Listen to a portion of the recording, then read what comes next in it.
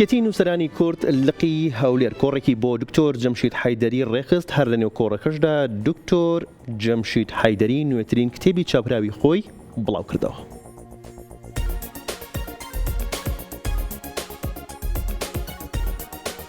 یەکێتی نووسەرانی کورد لقی هەولێر کۆڕێکی بۆ دکتۆر جەمشید حەیدەری نووسەر و ڕووناکبیر ڕێخست. لە کۆڕەکە نووسەر نوێترین کتێبی خۆی بەناوی سەردەمی نوێ و ڕۆژنامەگەری کوردی ناساندنی و بڵاوکردنەوەی بۆ کرد.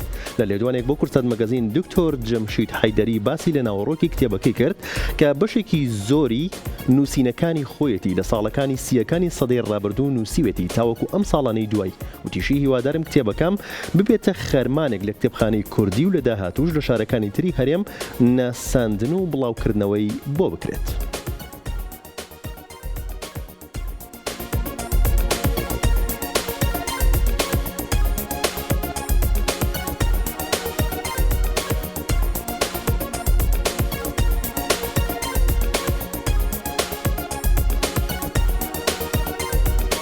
ئەو کتابە لە دوو بەش پێکاتی بە ئەساس بەشێکیان ئەو تارانەیە من لە ڕۆژنامەکەدا بڵاوم کردەوە لە ماوەی 5 ساڵدا، بەشێکیان لێکۆڵینەوە لەسەر ڕۆژنامەگەری کوردی.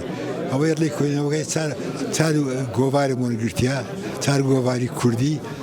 یەکیان ساڵی 32 هاوار لە دیمەشق دەرچووە، یەکیان ساڵی 6 لە بەغدایە دەرچووە، یەکیان ساڵی 48 لە بەغدایە دەرچووە، یەکیان لە دوایەنە دەرچووە. چار گۆڤارن لێکۆڵینەوەی ئەدەبی و سیاسی من سەرکردینە. هەندێکیان لە گۆڤارەکانی زانکۆ بڵاوکراینەوە. ئەوەی خۆشم هەمووشان لەسەر نووسەرانی کووردا، یادی نووسەرانە، یادی سەرکردەکانی سیاسی کوردن، هەمویانم باس کردیە.